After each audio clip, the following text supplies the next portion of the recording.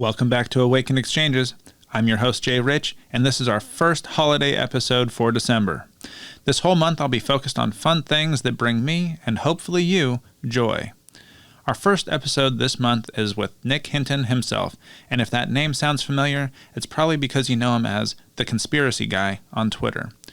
More on him in a bit, though. I'm doing my best to line up the most fun and entertaining interviews I can for this month, but if you have suggestions for future guests, please feel free to reach out via our social media. If everything goes as planned, we should have a very special Christmas Eve with a former member of the Borg themselves. Stay tuned for more information. I normally use this space to rant a little about what's on my mind in current events, but I actually got to record this interview with Nick a bit early, so I decided to change it up a little and talk about one of the subjects he and I touched on. My introduction to Nick was because of a Mandela Effect post that happened to catch my eye. My interest in the subject was piqued ever since my introduction to the Berenstain versus Berenstain Bears phenomenon. Once I started researching, I found out that there were a few things that stuck with me on the anomalous side, whereas I remembered the correct way on a few others. While I'm sure that memory is malleable, I also started seriously considering what bigger implications could be made. I'm a believer in Hugh Everett's multiverse hypothesis, but I don't think that anyone has the details just right. Otherwise, it would just be accepted as science fact. I don't even believe we can measure it with current tech, so that strikes out accepting anything as fact.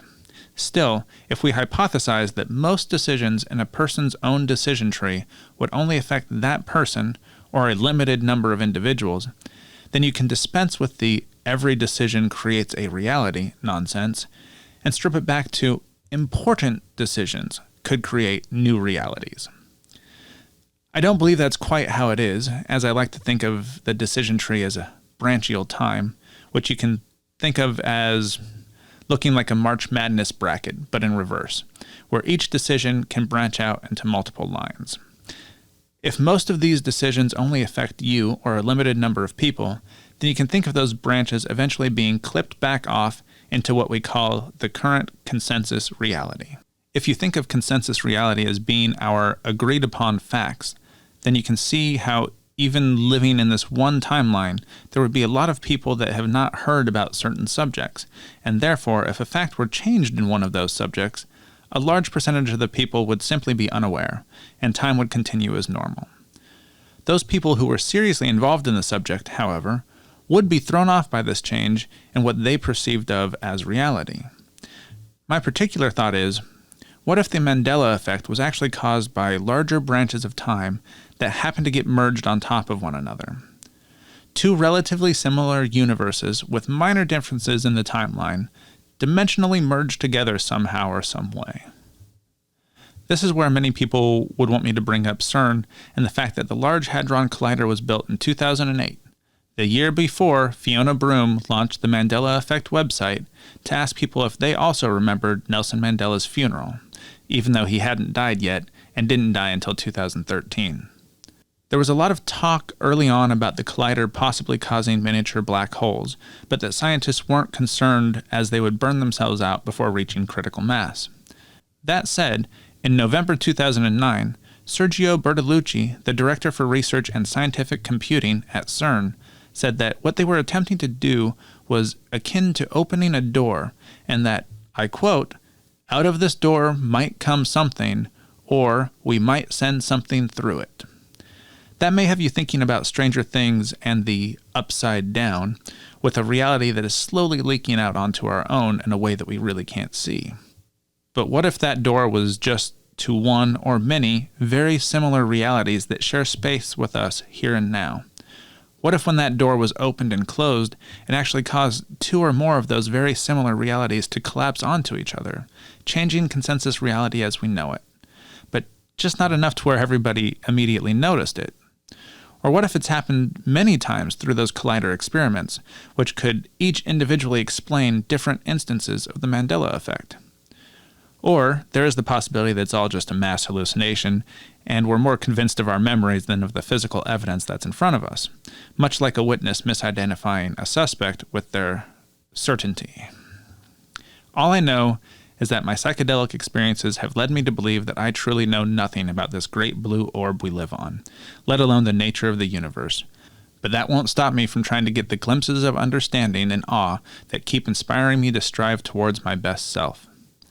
That's probably enough conjecture for today, as I get the feeling that there are a large number of our audience this week coming here just to hear Nick speak. That said, I'm hopeful that this reaches some new people for him as well, and spurs people's imagination. As I mentioned before, Nick is known as one of the conspiracy theory gurus on Twitter, and he first got major attention for his Saturn Time Cube posts. He had compiled a lot of information from various sources and made it a lot more accessible for psychonauts and conspiracy buffs to make it through, eventually publishing his first book on the subject. With his second book coming out soon, and its ties to his Institute for Folly, we had plenty of fodder for conversation. I get the feeling that we could have gotten going on a number of topics, and I hope to have him back on the show someday to do just that. This was one of my favorite conversations yet, and I truly hope that you enjoy this fun little holiday gift to kick off December. Before we get to the interview, here's a brief rundown of our sponsors. As always, I want to thank all of you personally for your support. Just listening and sharing this podcast with your friends gives me reason to keep providing the best content that I can. If you have the means and would like to contribute personally, please don't forget about our Patreon page, where you will get access to exclusive content and deals just for our dedicated fans. There are already 2 bonus videos available as I record this, and the third should be live by the time you hear this. As for our other sponsors, Awakened Vapes was the first of the Awakened brands, helping you modulate your high with CBD-only, high-terpene vape products since 2019. Genesis Pharms has been making the highest quality medicinal RSO among many other amazing products, starting with the medical community back before 2010. And last but not least, the Caramel Corn Company, bringing you caramel corn the way it was meant to be.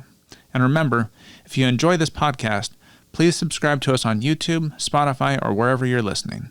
Also, please leave us a 5-star review on Apple Podcasts. I know that gets said a lot, but that's because it really does help spread the word and visibility. You can also support us on Patreon or connect with us on the social media of your choice. We are at Awakened Exchanges on Facebook and Instagram, and at Awaken Exchanges on Twitter. All right now, stay tuned, and thank you for listening to Awakened Exchanges.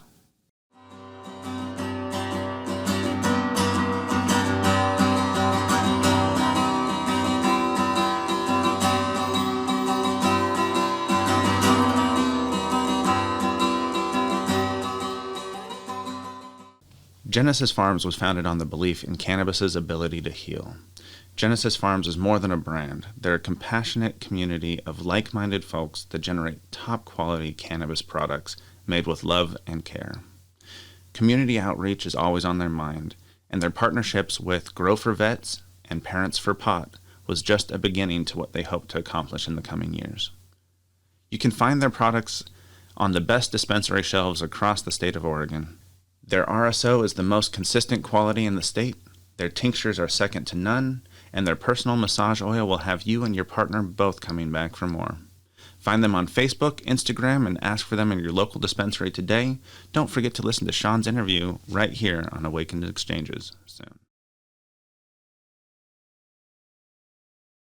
Our new sponsor is the Caramel Corn Company. Caramel corn the way it was meant to be. Made from premium ingredients in small, handcrafted batches and completely gluten-free. The flavors include original, roasted cashew, salted almond, mixed nut, white morsel macadamia, spicy sriracha, peanut butter, butterscotch, and my personal favorites, raspberry caramel apple and chocolate drizzle. I can't say enough how delicious this caramel corn is. I wouldn't buy it from any other source. You can find Caramel Corn Company products for sale at Portland area Market of Choice locations, and when it gets stocked back up, maybe it'll be online again. Visit www.caramelcorncompany.com and get more information today. Remember, buying local supports small businesses and keeps your money building your community. Last but not least, Awakened Vapes has been bringing you some of the highest quality CBD vape pens since ringing in the new year of 2019. I became passionate about cannabis after a car wreck left me with major migraines, and no modern medical pills helped alleviate the symptoms. After having tried cannabis a handful of times in high school and college, it was actually a doctor's recommendation that led me to give it another try. Only then did I realize that we'd all been at least a little misled about the health benefits of this amazing plant. And despite an unexpected break because of the vape ban and then a global health crisis, the business is stronger than ever, and we invite you to check out our updated website today. We are still offering our 3 varieties with new and improved terpene formulations for enhanced flavor to go along with that custom blended terpene effect. Check back at www.awakenedvapes.com and be the first online orders of our high-demand Delta 8 cartridges coming in stock here soon. Use the coupon code PODCAST20 at checkout all this month for 20% off your entire order.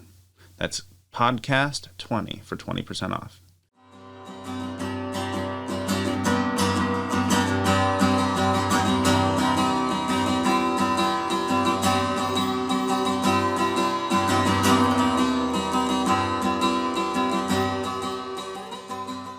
Welcome to Awakened Exchanges.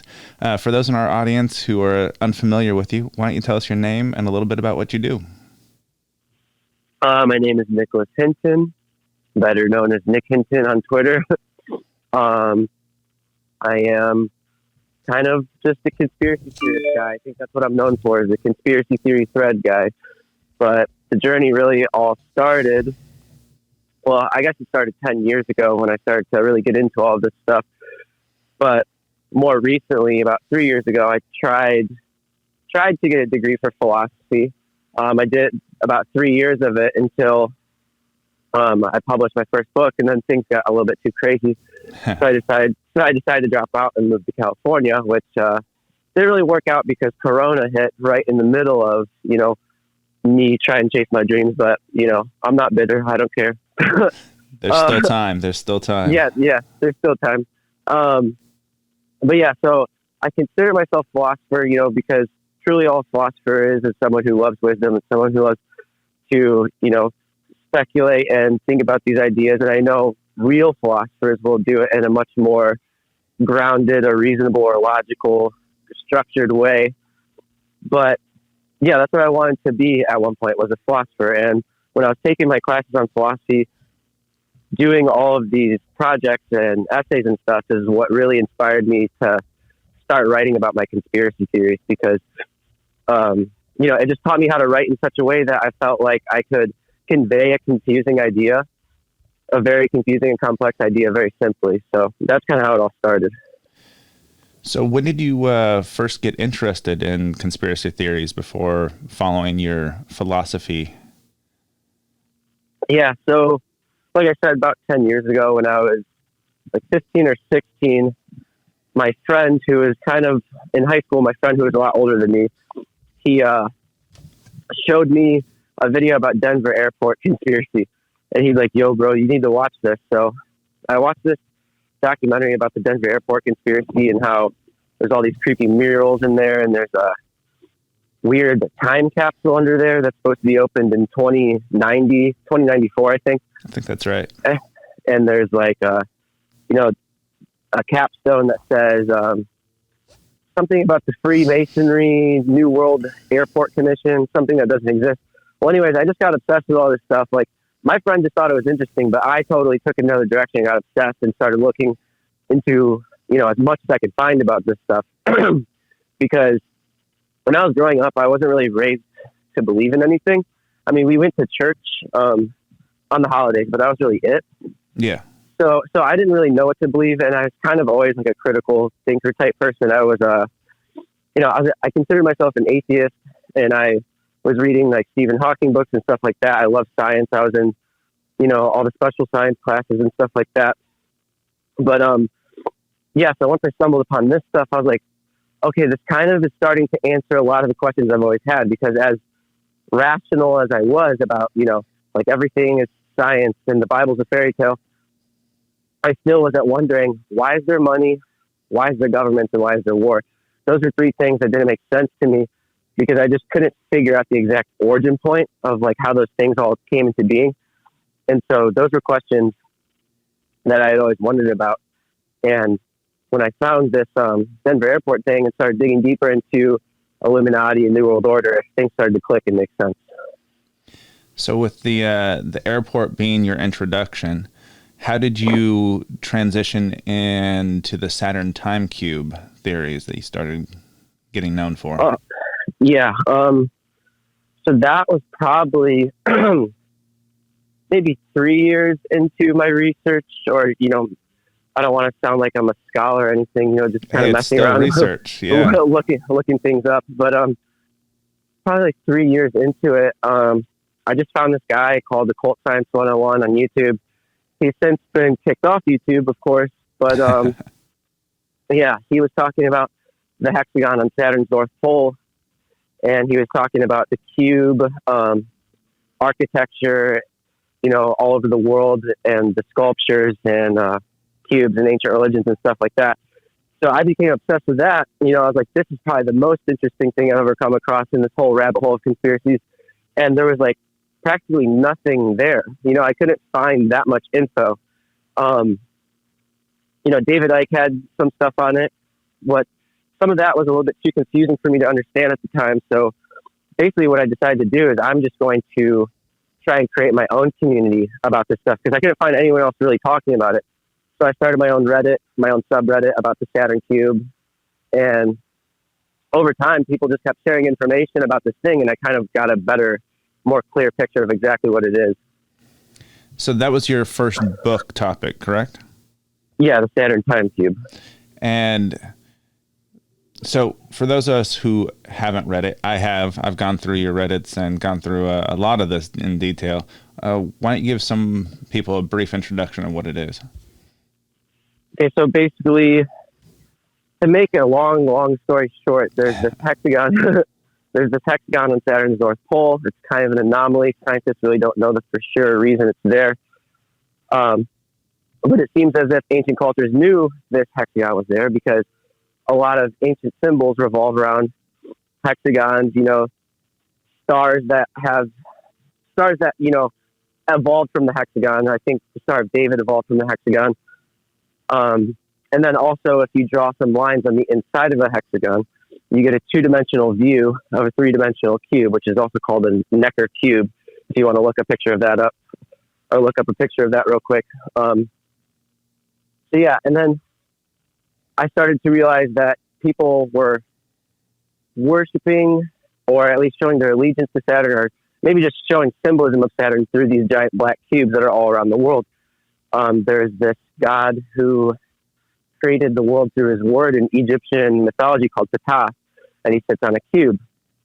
And that's very oddly similar to, the Old Testament God, how he created the world through his word, and that God was known as Elohim. And if you go into the Notion culture, their God who created the world was called El, and El was Saturn.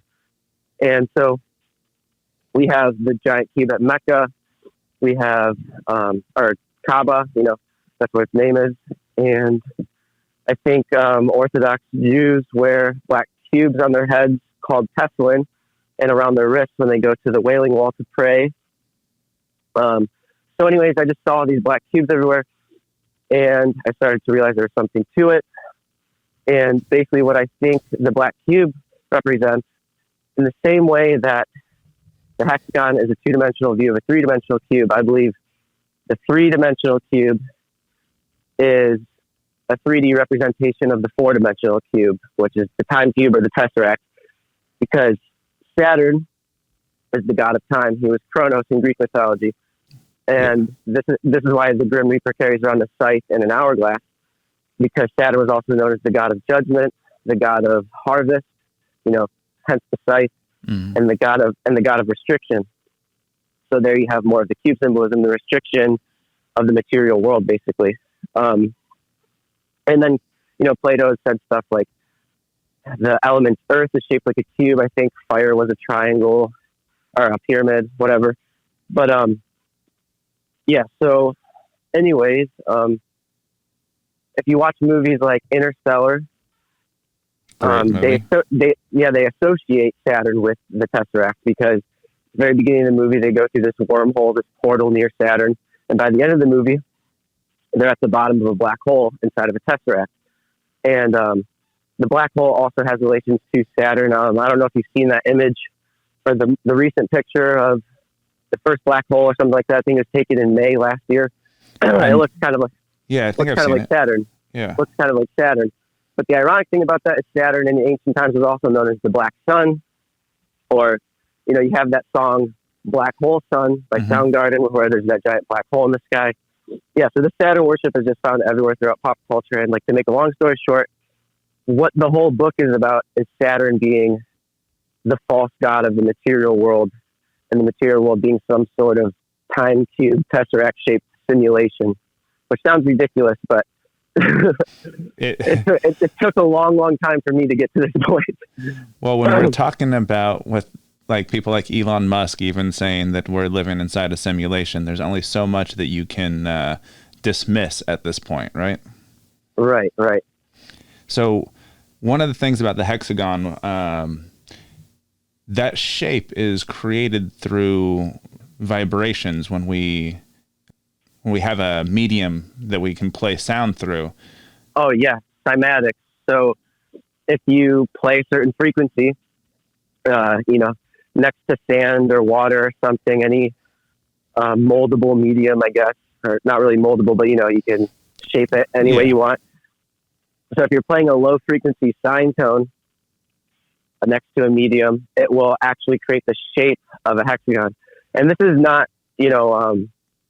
exclusive to just the low frequency sine tone. Actually, all Jewish or Hebrew vowels, when they're spoken aloud, they create the shape of the own letter in a medium. But so anyways, yeah. So I mean, maybe the world was created through the word, through frequency, through vibration. Like Tesla said, if you want to figure out the secrets to the universe, it's frequency, sound, and vibration, or energy. One of those, combination of those. But anyways, the sine tone is important because in the book I talk about how the sine tone looks like a serpent. Yeah. And it's also the time wave. If you flip a sine wave on its side, it looks like a dollar sign. Time is money. Money is time. Absolutely. Well, and those that wordplay, you start to see a lot of puns and wordplay through language, and there's a lot of very interesting things there as well. Right, because I believe the matrix, the code or the program of the matrix, is actually language. Interesting. And if we think about the fact that thoughts technically carry energy as well, so our words, our thoughts, our languages creating our reality as we go along. Right. Yeah. So I think speaking and writing is like the first step to manifestation, because it's the first way to bring, the invisible and make it visible. If you're thinking about what you want, writing it down on a piece of paper is the first step of bringing that immaterial thing into the material world. So I love writing down lists, even if it's just a simple thing like making a list of things to do. I think it really does, put more power in your intention to bring it into the physical rather than just think about it and try to remember it. It makes it more concrete. Yes, exactly. So with that, you also talked a little bit about CERN and possible dimensional collapses, things like that. You mind expanding a little? Yeah. So, I mean, CERN straight up tells us that they're looking for other dimensions and mini black holes and wormholes and things like that. And I think what this place is honestly a giant altar to Saturn. It's they're doing sacrifices to the god of time, and I think they're doing this in order to achieve some form of time travel. And they might be messing with our timeline, creating Mandela effects. And if you don't know what a Mandela effect is, it's just alterations to our history. So something you thought was always true for your whole life, you one day discover it's never been that way, and you kind of go through a little bit of cognitive dissonance. For example, I used to believe that the Fruit of the Loom logo had a cornucopia in the background. Turns out it never did, but you can still find really old newspaper articles that reference the cornucopia. Or Chick-fil-A. I used to drive past Chick-fil-A every day on my way to work, and I used to look at the sign and be like, that's so stupid. Why don't they have a K in the name? Why is it just CHIC? And I remember this, for can't say for a fact, but, I definitely have this memory. Whether it's a false memory or not, I don't know, and I'll never know. But, yeah, so now Chick-fil-A is spelled the right way. And I remember when I saw that, I was kind of mind blown because I definitely have the memories of making fun of the sign every day that I passed it on my way to work. Well, and the Mandela effect is named after the fact that a lot of people thought Mandela was actually died in prison as opposed to living afterwards. But I think my first introduction to it was probably the Berenstain Bears. Yeah. A lot of people remember the Berenstain Bears. I grew up with those video games and those books and those VHS tapes. I was obsessed with the Berenstain Bears, so I definitely remember that one. I just don't usually mention it because I feel like everyone has heard that one. I think it's it's the common one that brings a lot of people into looking at the strangeness that's going on in the world. So, right. I mean, it definitely used to, but now I think because it's been said so much, people are kind of numb to it. They're like, really? it's at least in my experience, just because I'm getting so many followers from different walks of life now. Not everyone who follows me is a big time conspiracy theorist anymore. They're just interested in kind of watching. So a lot of them have never heard of Mandela effect. Like if I tweet something about Mandela effect, they'll be like, "What is that?" And I'll be like, "Are you serious?" Like I have people that don't know what this is. So that was one of the things I learned in philosophy class was you should always write your essays as if no one knows what the hell you're talking about at all and build your way up. So I try and make sure to explain everything from a very base level and work my way up to the crazier stuff. Well, I'm definitely grateful for you working through and doing the research you have so far. Thank you. I know that you've also talked a lot about the time loop. You mind diving into that a little bit? Yeah. So if you look at a tesseract, it's basically another version of the torus field. A torus field is basically almost like a 3D version of a Mobius strip. I don't know if you know what a Mobius strip is, but yeah. In fact, I have a torus model of the universe pinned on my Twitter right now. Oh, that's awesome. Yeah. So I think the tesseract is just another version of the torus field. Basically, a time loop. I think if you were to perceive, okay, so let's say, there's these ants crawling along a Mobius strip shaped timeline. They're going to think they're going straight forward into, through time. They're going to think they're going in a straight line.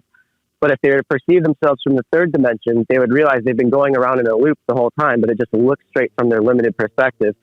And I think if we were to have a 4D perspective of this simulation, we'd see we're doing kind of the same thing, is that we're going in a loop. History repeats itself. I find that very fascinating, actually, how I looked at that torus model and you start seeing the future could actually come in and affect the past the way that it circles through. There's a lot of DNA connection. There's a lot of, I'm trying to think of the right word there, helix kind of motions. Yeah. And so, the past, the end is the beginning. It's a singularity event. The Big Bang, we're told, happened from the singularity event. Well, what do scientists keep warning us about? They keep warning us that the singularity event is coming.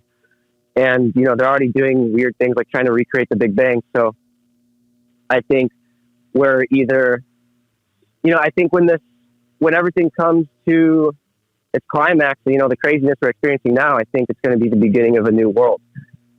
And that might be the golden age. It might be the new world order. It might be something totally different than what we're expecting. I don't really know. My only hope is that we really do have a chance to change some of the things that are happening, because, if we really are like these souls that come in here and choose to come here as like this, kind of like an adventure game or a schoolhouse or something like that, I would hope that we would come here because there's a choice of how this all ends up. I would hope that we wouldn't come here because we're like, oh, we know we're going to lose, but we're going to play anyways. I think it wouldn't be an interesting game that way. I definitely agree. I was hoping we could actually talk a little bit about the singularity and what that means and how that relates to the Saturn Time Cube a bit. Yeah. So, if we already are in a simulation, and if we are creating simulations right now, then the singularity event to me would be a time in the near future when we create a new simulation that's almost identical to this world, and we upload our consciousness to that one. So it would be a series of simulations within simulations within simulations.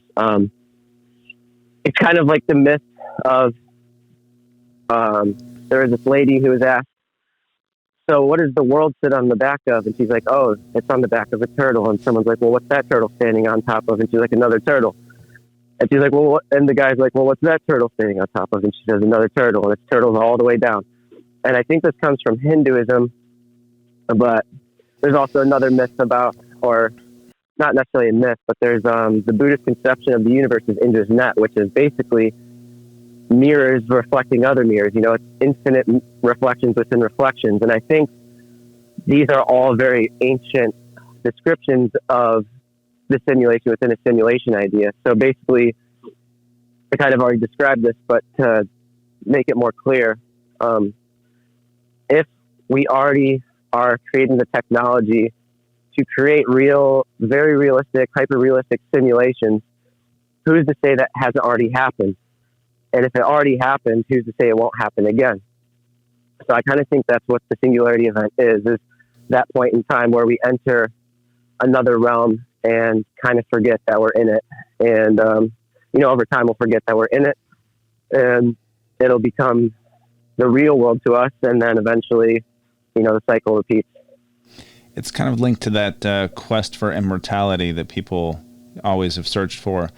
Yet by trying to upload yourself into this new cloud, into this new dimension, you actually stop yourself from being able to progress along whatever cycles of reincarnation we have, or some sort of whatever this simulation is, to get towards that next step in enlightenment, perhaps? Right. Yeah. I think the deeper we go into the dream, the harder it becomes to wake up, like, the movie Inception almost. But I also don't know if it matters that much. If the singularity is truly inevitable, it's just a part of how the natural cycle goes, And, I don't think it has to necessarily be a bad thing. If scientists came to me tomorrow and said, hey, we want to upload your consciousness into a computer to help you live forever, I'd say no. But if this is something that's inevitable, and we're all slowly being primed to live in a VR world, and we have to stay at home all the time, and one day we're just totally living inside the internet and we don't even notice the transition, then I don't think that eliminates the opportunity for enlightenment, because consciousness, let me backtrack. I think what really matters is the experience. It doesn't matter if it's real, because none of it is. All that matters is your experience. So it doesn't matter if you're playing a video game or if you're in the real world, or, whatever. As long as it feels real, it's real to you. And I think whatever world you're in will provide you the opportunity to get out and achieve enlightenment or whatever. So you see the singularity is more neutral than evil. You don't seem to be afraid of it like some of the people are that I've talked to recently. Yeah, I mean, we don't really have a choice. If it's supposed to come, then it's supposed to come. If we can stop it, then we'll stop it. But yeah, I'm not going to stress out until I see anything that resembles that happening, for sure. Well, you've also mentioned seeing that, like, the net, or like Indra's net versus, the actual internet, but also the cloud that we're storing everything, all of our information in, as basically like another dimension. Yeah, so I believe the internet is technically another dimension. I mean, it literally is another space in between spaces that we can all communicate through and interact with each other through across the planet right here, right now. So within your bedroom, if you're playing a virtual reality game, there's all these different people in your bedroom, but they're not really there. You're kind of in another dimension. And the weird thing about this is that the internet was actually created at CERN in a black cube computer called the Next computer, which was originally created by Steve Jobs. And, there's all this other esoteric occult symbolism that goes into it. www in Hebrew is va va va, which is 666. And yeah, there's a whole lot of weird stuff about the internet. And So you connect to it with your Ethernet cable. I think it's kind of like a portal into the ether. It might even be another version of the Akashic Records, but kind of like a more dumbed down, lower vibratory version of it. Well, I've always seen it as a collection of that shared knowledge, and since it's connecting to something that might as well be magic to most of us, we're not following the protocols down to where it's getting all of its information from. It seems like it could basically store an infinite number of possibilities, and who says that it's not tapping into something other than our dimension? Right. Especially, they just announced plans to create a quantum internet. Yes. And I think, I don't know necessarily what that'll look like, but they plan to send messages back and forth faster than the speed of light. And faster than light communication is kind of equivalent to time travel. So if you have all these quantumly entangled computers and quantumly entangled people communicating through the internet, I don't know what a world like that will look like. I mean, timelines might start, retrocausality might become way more prevalent. We might start experiencing Mandela effects or dimension jumps every single day, and it'll become a commonplace thing. Do you listen to Lex Friedman at all? No, I think I've seen him on YouTube, but I don't think I've ever listened to him. He's got a pretty good podcast out there.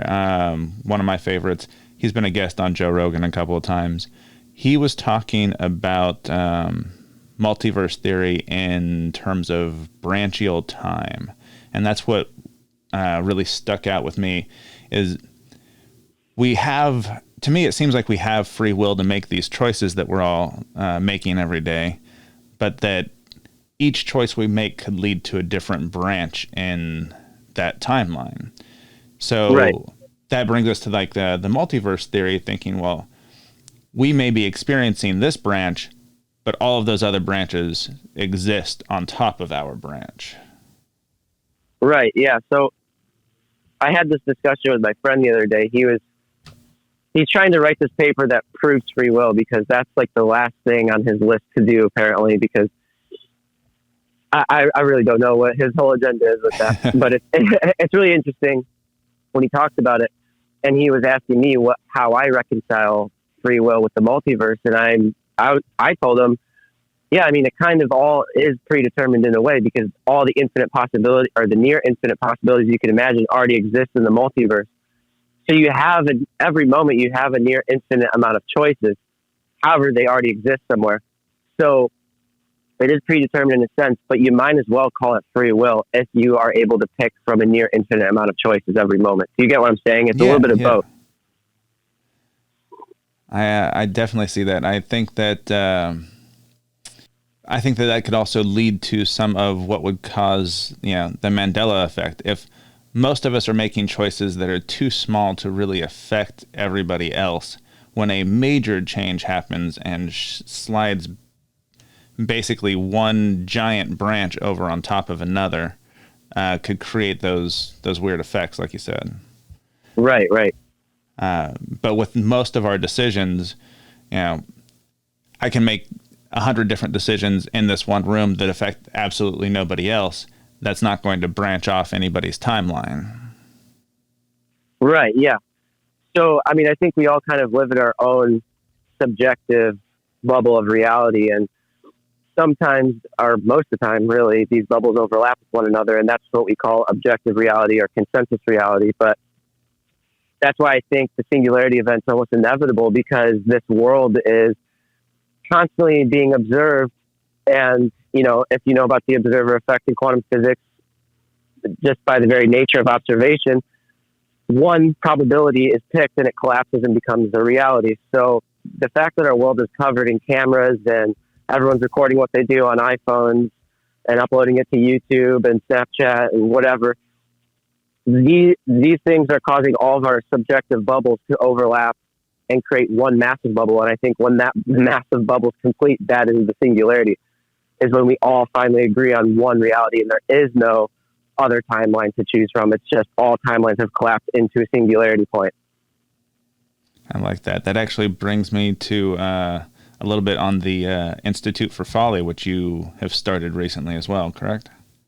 Yeah. So the Institute for Folly is basically my last attempt to make a difference, because as neutral and positive so sometimes I try and be neutral towards, the things that are happening in the world. Sometimes I just try and be naively optimistic, but I don't really know if any of this is avoidable. I truly don't know. So what the Institute for Folly is kind of my last ditch attempt to do something. It's kind of, it plays around with the idea of consensus reality. So I want to experiment with the idea of what would happen if a group of people came together and just started believing in a totally nonsensical reality, and seeing if that would, have some sort of effect on the collective.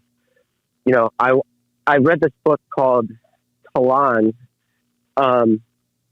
It's a longer name than that, but it's TLO with the 2 dots above it, N. And so if you search that up, by Jorge Luis Borges, or Jorge, I don't know. If you search that up, though, you'll find this book, and it's about this secret society that creates their own universe by, it's kind of hard to explain, but they pretty much just write it into existence within a book. And so I played around with this idea a lot of trying to create reality with words. And I actually had an experience where I wrote a book about me writing a book. And in the story within a story, I wrote a letter to God. And I asked him if he was real. And I was kind of pissed off. I was just sitting on my porch smoking a cigarette being like, you need to give me all the answers right now. I don't know what's going on. And a week later, I got this handwritten note from a lady in real life.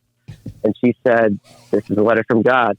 And the story behind that of how I met her is kind of more complex than what I'm saying. But just to make a long story short, I opened this letter, and it says, read Jeremiah 3 through verse 33:3. And I was already seeing the number 33 a long time before that. If you see my Twitter, I have the 33 hat on. Yeah. It's not because I'm a Freemason or anything like that. It's because I just love this number. It's something I see all the time, and I think it's a powerful number. Jesus supposedly died at age 33. We have 33 vertebrae in our spine that go from the pelvis to the brain. It kind of represents the 33 steps of enlightenment, at least in my view. I like it. So anyways, I read Jeremiah 3 through verse 33:3. And the very last part is, call unto me and I shall answer unto you all great and unsearchable questions. So I was really mind blown. I was like, what a God answer, what a God way to go about things. He kind of answered my question without answering it at all, which I thought was hilarious and awesome. And, I could have never imagined, I could have never thought that up in a million years. It's so clever. So anyways, I started doing research, and I was like, has this happened to anyone else? And I found out that there's actually a story that Edgar Allan Poe wrote that came to life. He wrote a story about some people that got stranded on a deserted island. They ate a turtle, and then they ate one of the people on the ship. And I don't remember how it ends, but like some years later, the same exact situation happened. Some of the names actually matched up perfectly from the story. And then something similar also happened to Philip K. Dick. He wrote a story about a character, I think it was a woman, and so sorry, I'm really distracted by this freaking car alarm going off. No, it's all right. I understand. But so long story short, his story came to life too. And so I've been trying to experiment with this idea that, words can shape reality, or that you can affect consensus reality with our own individual fictional reality. Well, and so the idea of the Institute is to create our own fictional reality and see what kind of weird synchronicities start happening around the group, and see if we actually see if the fiction starts to blend in with the real life. Oscar, I think his name's Oscar Wilde. Yeah. He said, reality doesn't mimic art, or art does not mimic reality. Reality mimics art. So that's kind of the idea I'm playing with. See what we could all do creatively together. See if we can affect reality through art, through writing, through fiction. Are you familiar with Jordan Peterson or Joseph Campbell at all? Yeah, I love both of them. Great people, very interesting thought processes, and Jordan Peterson tends to go through the psychology of human storytelling quite a bit.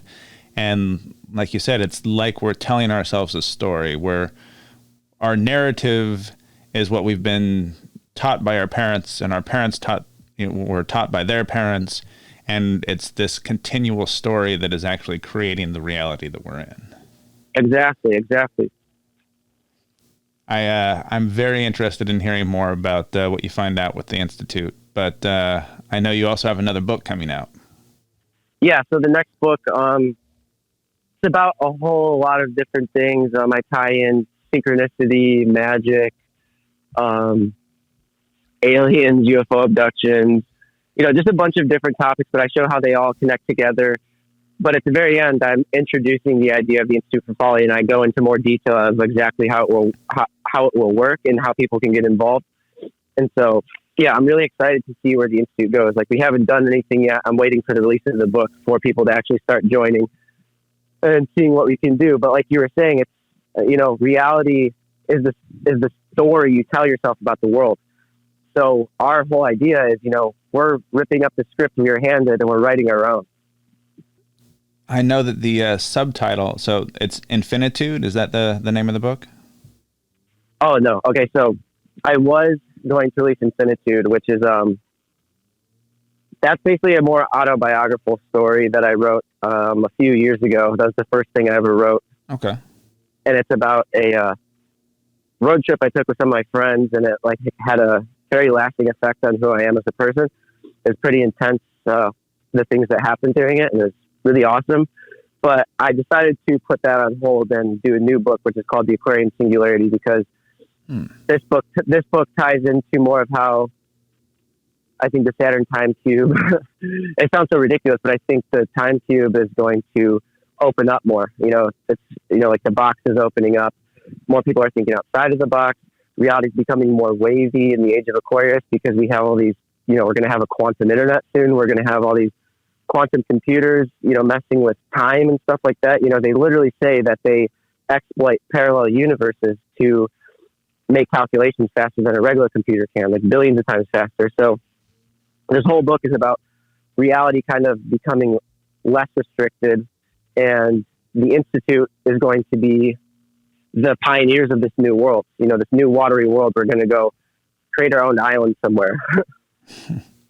Well, I'm very much looking forward to reading that when it comes out.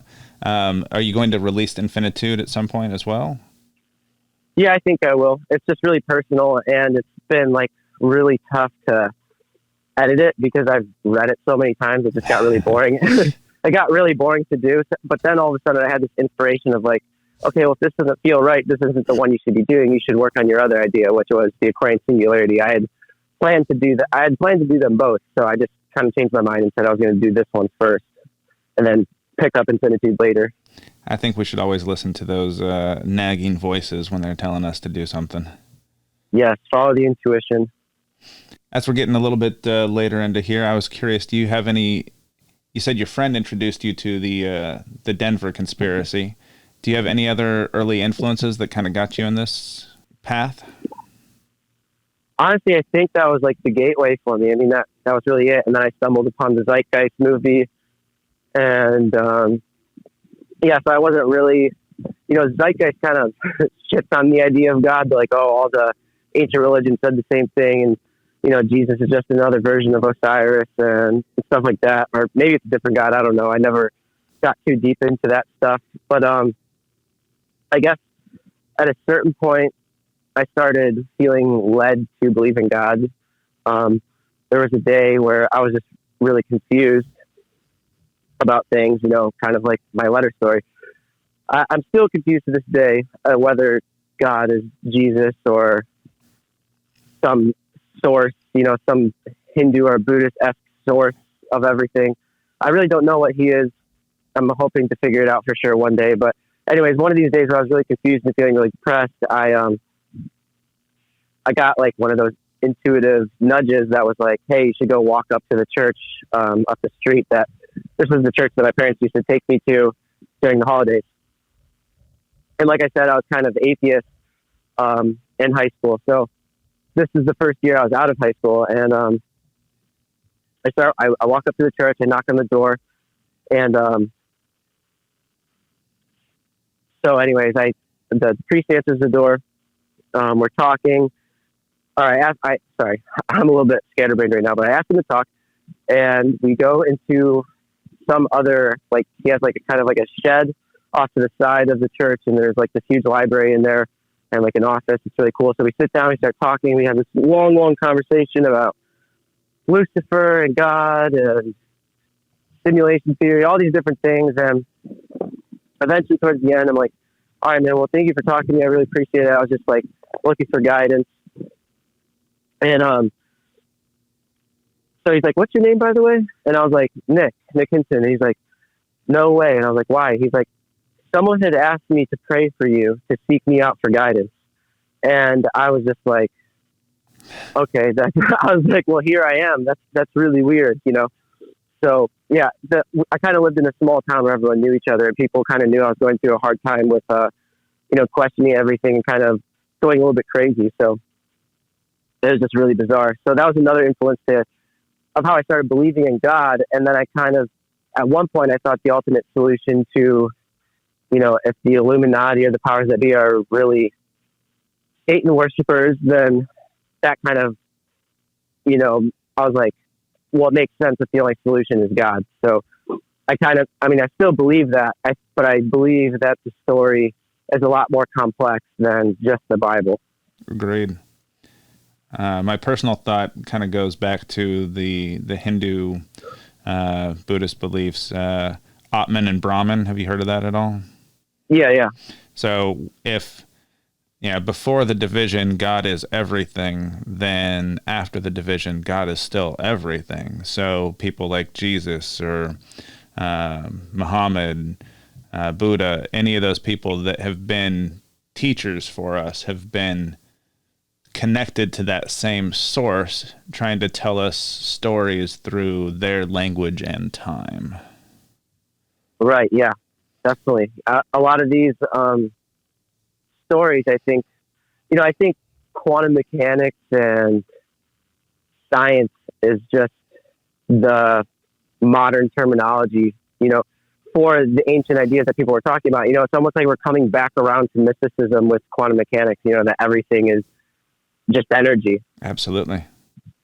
I know. I'm definitely looking forward to where science takes us, but I'm also a little scared with what they're researching.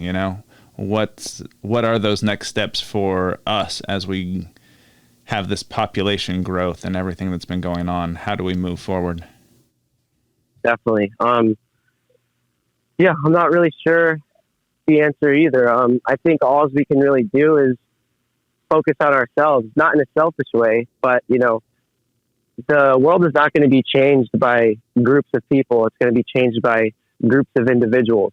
We have to become the best version of ourselves, because it sounds so cliche, but when you're the best version of yourself, you make everything around you better naturally.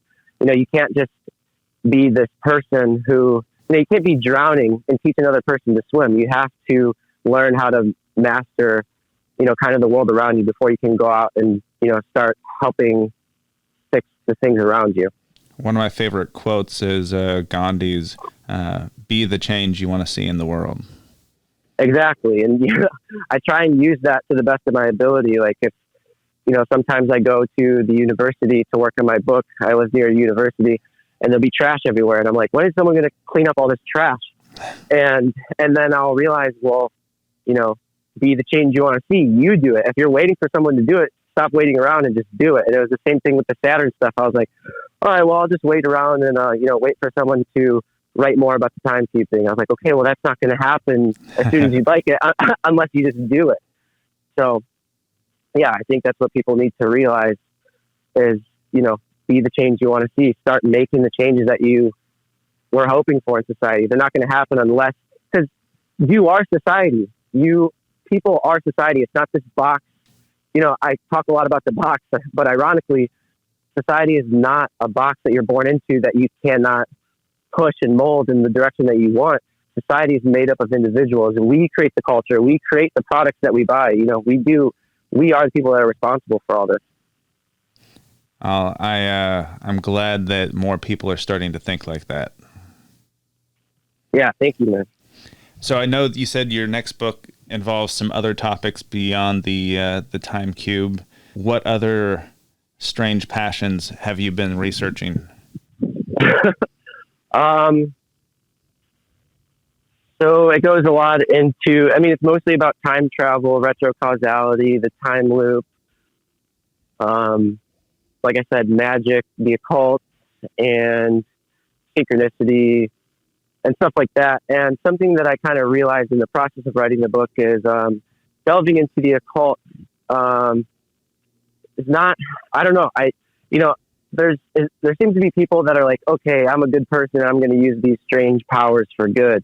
But I don't think it works that way anymore. And I kind of talk about that in the book as well. I think the occult can be kind of dark and dangerous, which should be something obvious, but it seems like in this world of post-information where everyone's confused and asking questions, it seems like more people are going that path because they want to feel in control of this chaotic place. Yeah. And they don't really know where to look anymore.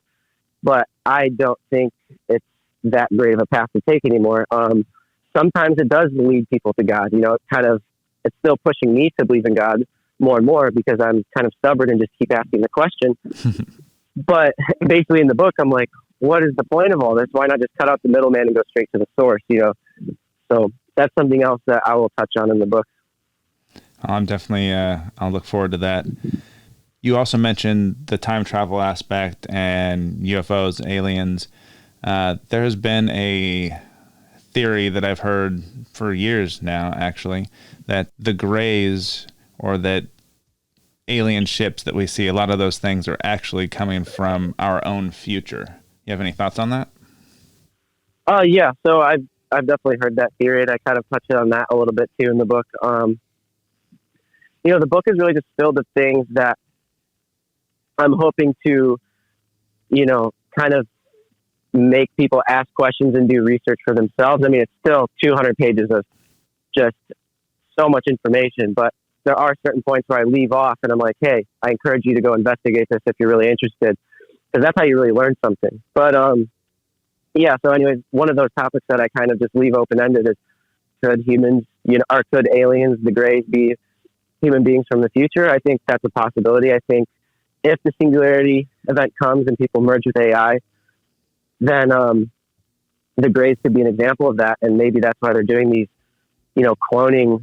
We hear all these whistleblower stories of like, yeah, I was abducted and part of a cloning experiment, or they took my DNA or whatever. Maybe they're trying to create bodies that they can inhabit because they missed the old life. Maybe they realized it was a mistake of merging with AI.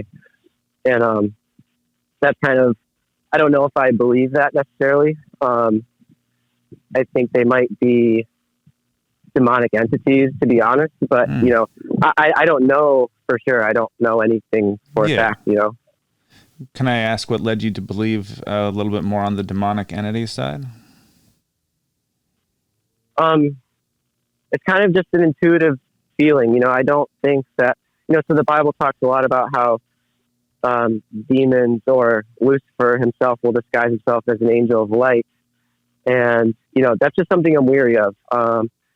In this age where everything's confusing and everyone's looking for these alternative sources of information, we have to be careful where we look. And I just don't recommend channeling beings because the Bible strictly prohibits that. It talks about how you shouldn't, I forget the exact word they use for it, but they basically just say don't go channeling these entities because they're really good at lying. And you can't control who's coming through. Yeah, the devil is the author of confusion, and so all these theories are really confusing, and that's something I kind of come back to time and time again is like, why am I so confused? Is it because I'm reading doctrines of devils or, but I try my best to be a true philosopher. I don't want to like push Christianity or any religion on anybody. I want people to come to their own conclusions. So like I said, I really don't know. And that's why I'm still, I'm writing these books to kind of work through that in myself.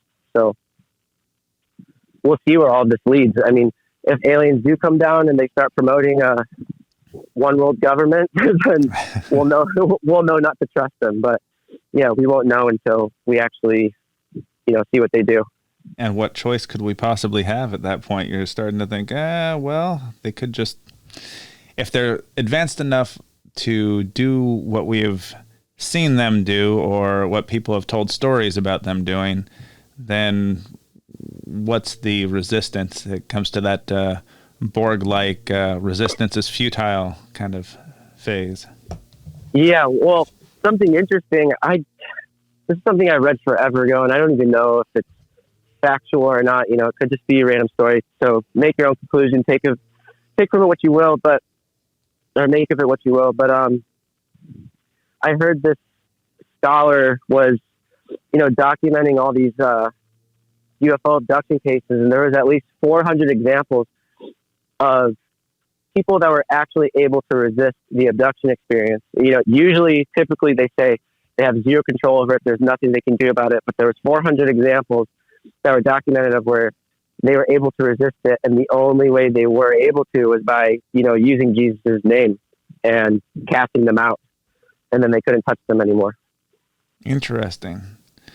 Kind of makes me think about potential vibrations, and maybe that's a word that we hold with such strength that it imbibes it with something else. Yeah, I was on a similar thought train as well. I was thinking maybe they're tapping into that Christ consciousness. Maybe they have that bias of that name where it's so powerful to them that it works. Well, as we are getting towards the end, and I really appreciate you coming on for this interview today, I have a little segment I call the moment of vulnerability. I try and get people to kind of let go and just kind of think about a little bit more hard topics, I guess. The first thing, I guess, was what motivates you in this life? To be honest, I just want to feel like I have a purpose, or that I made a difference, or that my life was meaningful. And yeah, that's honestly it. To be honest, I don't want to. I don't know. When I was working landscaping, I really enjoyed it because I'm kind of an artistic person, and I enjoyed making people's lawns beautiful and stuff like that. But I always felt, I have so much going on in my mind. I want to do something with my mind. Like, I feel like I'm not using my most potential. And so what really motivates me is that I just want to feel that my life had a purpose when I leave here. And I think that'll give me peace. And how do you use your artistic sense in this part of your life? I know writing does give you some bit of that. My degree is actually in screenwriting, of all things. But I know it's not quite the same thing as...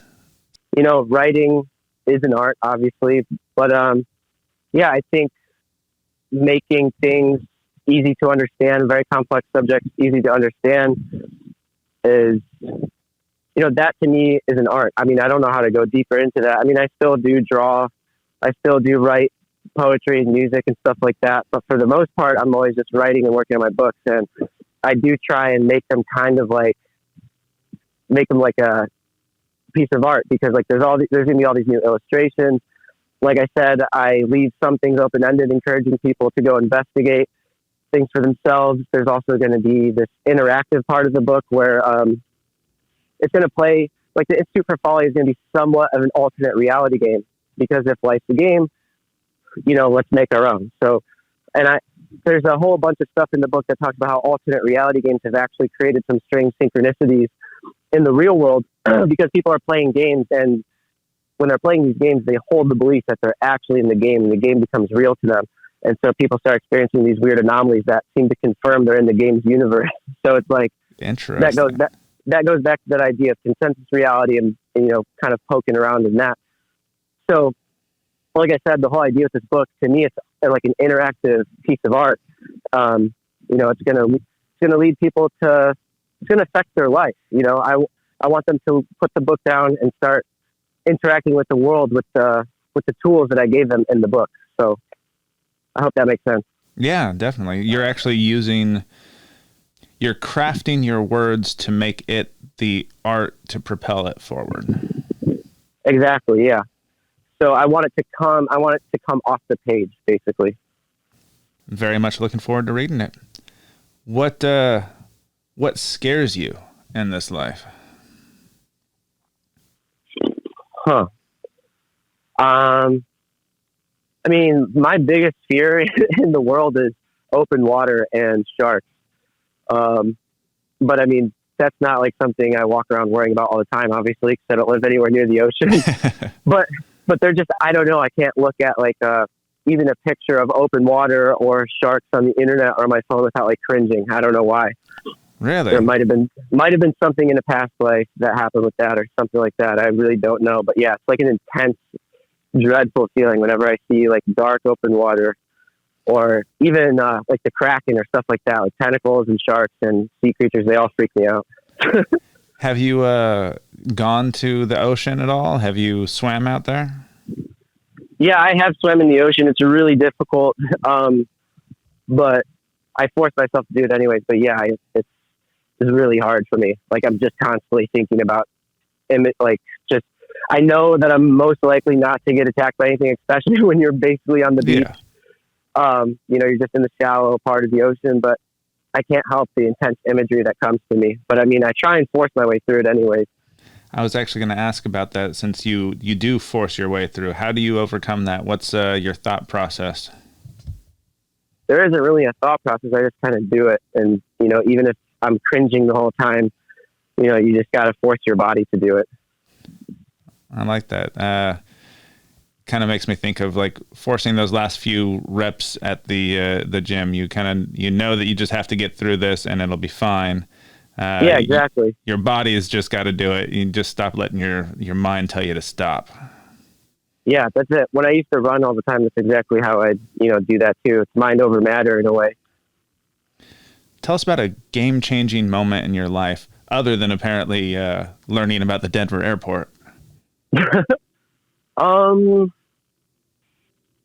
mean, I guess it was just posting the Saturn thread on Twitter. I didn't have any expectations of what that was going to do. I originally used Twitter for just talking to my friends, and now it is how I'm getting all of my theories out there, which is awesome and mind-blowing to me because I literally posted the Saturn thread just for fun. I posted it.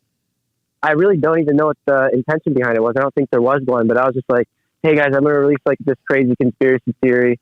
And I wasn't saying, hey guys, to my audience. I was just saying it to my friends, Yeah. And I was like, if you think it's interesting, like retweet it or like tell me what you think about it. Cause I've been thinking about this for a super long time. And then that blew up and, I started, it all started from there. I think after that happened, I gained 30,000 followers out of nowhere, like wow. almost overnight. And then, a few months go by, it goes up to 60K, and now it's been a year and a half, and it's at 100 something K. Yeah, 115 or something like that now. It's pretty impressive, and that's all basically from the Saturn Time Cube thread. Yeah, so definitely the Saturn Time Cube research and posting it changed my life. Well, it sounds like you were called to do that. Yeah, I honestly think so. Really weird synchronicity that I just recently discovered is that the person who invented the term tesseract and was one of the first mathematicians to talk about the fourth dimension being time was Charles Howard Hinton. And his great-grandson is Jeffrey Hinton. And Jeffrey Hinton's the godfather of AI and deep learning. So it's just like really weird that my book is all about tesseracts and AI and stuff like that. And I think I might be related to these people. Interesting. That would be something to find out, some ancestry DNA kind of stuff. Yeah, I'm thinking about doing that. I just haven't got around to it, but I do know that Charles's kids, they died in Columbus, and I was born in Cleveland. My dad's family's from Mansfield, so it is all within close vicinity. And another fun fact is that Charles's kid actually was the creator of the Jungle Gym. So it turns out we've been playing in Tesseract our whole life. Oh, I hadn't even thought of it like that. That's interesting. Here's one that's a little bit harder sometimes. What was your biggest failure, and what did you learn from it? I'll be honest, definitely getting DUI. It put me back a lot of money, and I lost my car. I sold it before I moved to California, And so now I'm still in the process of getting a new car, and it's just been a big pain in the ass, spending all of your money on Ubers. But yeah, it's definitely taught me that, I just shouldn't drink alcohol the way I used to. What led you to decide to go the California route and try and head down there? What was the impetus? Well, my friend Charlie Parrish, he was the director of Book of Eli. He bought my book and reached out to me and said he wanted to do something with the book and kind of maybe make a film about it or something like that. And that we just need to meet up and, make a plan. And so I went out there to meet up with him. We started doing a little bit of recording. I also met up with another filmmaker. And so the whole idea was just to basically do some type of movie or documentary or something like that. But then once Corona hit, everything became a lot more confusing. So I just went back to my parents' house for a bit. And then after the summer, I moved out again. I'm sure that there is still more Hollywood in the future for your books. I'm very interested in seeing how they get put out there. Yeah, I mean, I really don't mind. I really don't mind what happens with all that. It seems like there's people already making movies about it anyways. Like, I don't know. Like, obviously Interstellar came out before the book, but there's this new movie out called Black Box. I don't know if you've seen that one on Amazon. I haven't yet. Yeah, that one is really interesting. I mean, it's kind of about the Mandela effect, the time cube, and all of that stuff all in one movie. It's pretty cool. I'll check it out. So, when this is all said and done, how would you like to be remembered in life? Yeah, honestly, I just wanted, like I said, with the first question, I just want to be remembered as someone that, tried their best to make a difference. And, while trying to do that, actually did make a difference. I want to know that my life had some sort of meaning, that I made some sort of impact on the world. And, sometimes I kind of have an internal battle about that because, it could just be an ego thing, wanting to be remembered, wanting to do something of importance. The Zen masters say that there's nothing to lose and nothing to gain here. It's all an illusion anyway. So, I don't really know, to be honest. But, like I said with the Saturn thing, this all might just be meant to happen in some weird way, because I think it's either Buddhism or Hinduism where they say that you should just do your duty, without thinking about what the fruits are going to be, the fruits of your labor. Like, just do your duty and don't think about the fruits of the labor. That's a blessing from the gods if you get it in the first place. Follow your dharma, definitely. Yeah. Exactly. So I kind of think that, this research is what I'm doing, even though there's times where I really don't want to do it anymore because it gets dark and kind of spooky. But yeah, I think this is my duty because I really don't know what else I would do. I don't know what else there's nothing else that makes sense for me to do. So right now, this is what it is. Well, you've made 115,000 people think a little bit farther, if nothing else, right? Right. So yeah, I do think about that often. It's like, okay, well, even if the world ended tomorrow, or even if, my career ended or whatever, at least I did that and I could be happy with that. Well, last thing before I move on here, did you have a personal philosophy on life? Yeah. I mean, I think I kind of described it when I talked about the end of the book is, just cut out the middleman, go straight to the source. I mean, you're never going to know everything. So just, at a certain point, it becomes pointless to keep asking questions. So, it's ironic that I kind of ended up exactly where I started, is just not knowing anything. And I think that's where everyone should stay. I mean, I think some people do need to go through that journey of, going crazy and asking yourself a million different questions and having a million tabs open on the internet and buying a million books and whatever. And that's fun for a time, but at a certain point you got to realize, like, hey, I've learned from all this is that I'll never know. And yeah, so that's kind of my philosophy is, if philosophy worked, then there'd be no more philosophers. So, so yeah, that's my philosophy. Any last shout outs or words of wisdom before we let you go? To be honest, not really. I think I said think I said my shtick. Well, thank you very much for coming on. I really appreciated having you here, and I look forward to talking again someday. Yeah, man, definitely. Thank you for having me.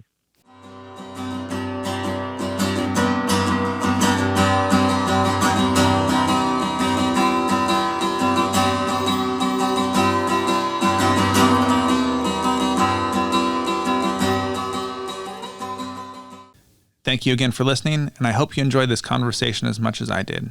I want to give a special thanks to all of our listeners. You are the reason I'm doing this. Please tell your friends about us, subscribe to us on YouTube, Spotify, or wherever you're listening, and please leave us a 5-star review on Apple Podcasts. It really will help spread the word. You can also support us on Patreon or connect with us on the social media of your choice. We are at Awakened Exchanges on Facebook and Instagram, and at Awaken Exchanges on Twitter. Thanks again, and have a blessed day.